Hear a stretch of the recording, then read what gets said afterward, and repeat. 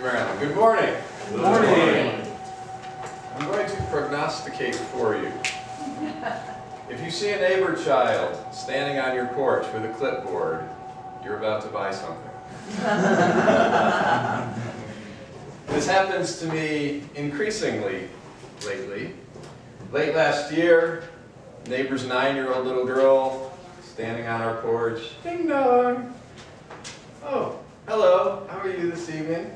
Good. Do you want to buy some cookie dough? What's it for? Technology. This burns me. I will try not to be bitter, but it burns me. Because Jefferson County schools have a $70 million shortfall over the next 2 years. Jefferson County schools are on the verge of letting 500 teachers go. And this is our solution. Children selling cookie dough to raise money for technology. And so I look through the catalog.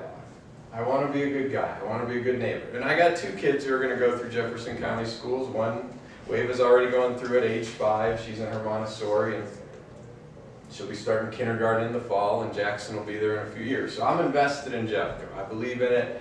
I believe my kids are going to be in there the next 17 years, and this is really important. And it's important that the neighbors believe in it enough that they're willing to put some skin in the game. So it's not a fun thing to do. But here she is, and I'm looking through the catalog, and everything is $16, and it's like 2 pounds of cookie dough. And so I finally settle on, okay, give me the macadamia white chocolate cookie dough, and we'll see in a bit. And I started thinking about it, and I just thought, like, how much cookie dough do you have to sell to buy a computer? Well, maybe the kids keep half the money. So maybe the kids keep $8 and it goes to the school. And you can get a decent computer for 500 bucks. Well, that's about 60 tubs of cookie dough to buy 1 computer.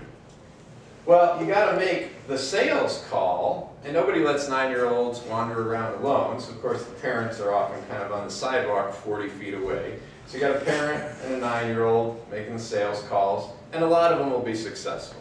In some cases, probably 90% of these sales calls are successful if the neighbor opens the door. Because what are you going to say to a 9-year-old selling cookie dough? I'm sorry, I hate 9-year-olds and cookies. Get off my porch. No, that's not an option. And nobody hates 9-year-olds or cookie dough. Everyone loves them. So this is like a sure sale. Well, and then they have to deliver the cookie dough. So as a logistics major, this just strikes me as inefficient. And that's probably one of my biggest issues with this whole deal is the inefficiency. So we got 9-year-olds and parents, walking the streets, making sales calls for this $16 cookie dough, and maybe they'll keep $8, and if they can do this successfully 60 times, they're going to get a computer, and then they got to go out with the wagon and the cookie dough, and they got to make 60 deliveries of cookie dough. I was just like, this is so inefficient. Like, if only there were some way by which we could, I don't know, pay more than 0.75% of our house value into property taxes? That's a shockingly low number. We pay 0.75% of our home's value goes to property taxes. That's a smoking deal, okay? Let me tell you. Jefferson County today educates children for $6,700 per pupil. That's an amazing feat.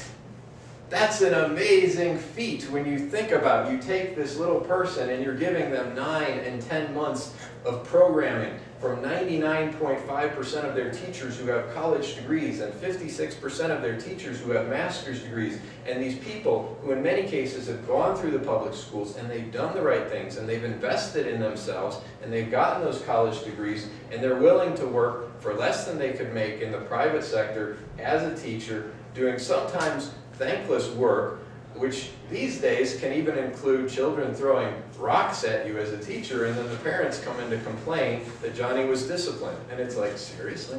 Really? This really happens. Cambridge, Massachusetts, like children can throw rocks at the teacher and nothing will happen.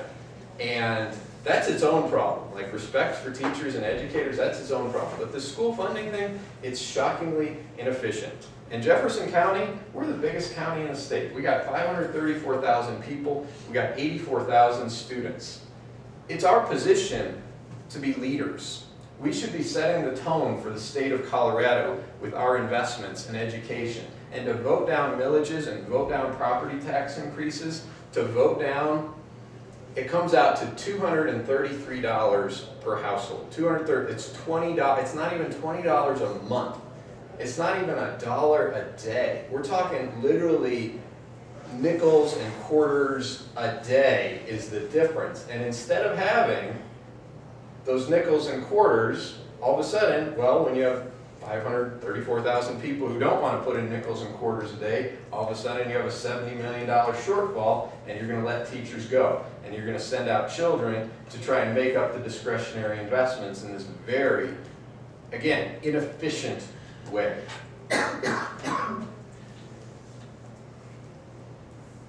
I'm a big believer in education. I'm a big believer in technology. When I went to public school and I graduated high school 20 years ago, my community spent $7,000 per pupil. And 90% of my graduating class went on to college. 20% of my class went to the University of Michigan, I think one of the finest public universities in the world.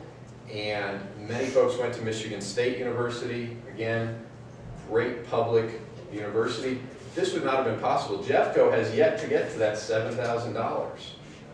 Well, I look at my high school classmates and I see them on Facebook, and we got our 20-year reunion in August, and these folks are doing well. Doctors, lawyers, professionals. A guy in the class before me started Google.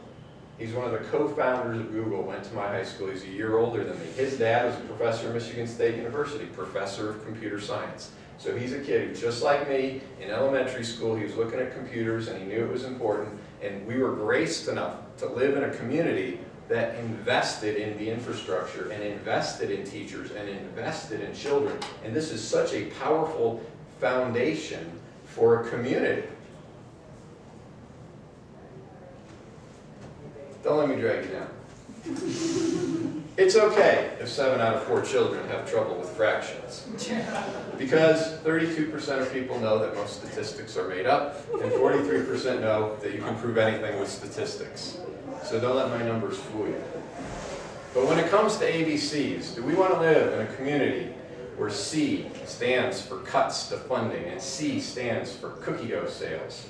Or do we want to live in a community where C stands for community investments and C stands for computer chips? Do you see?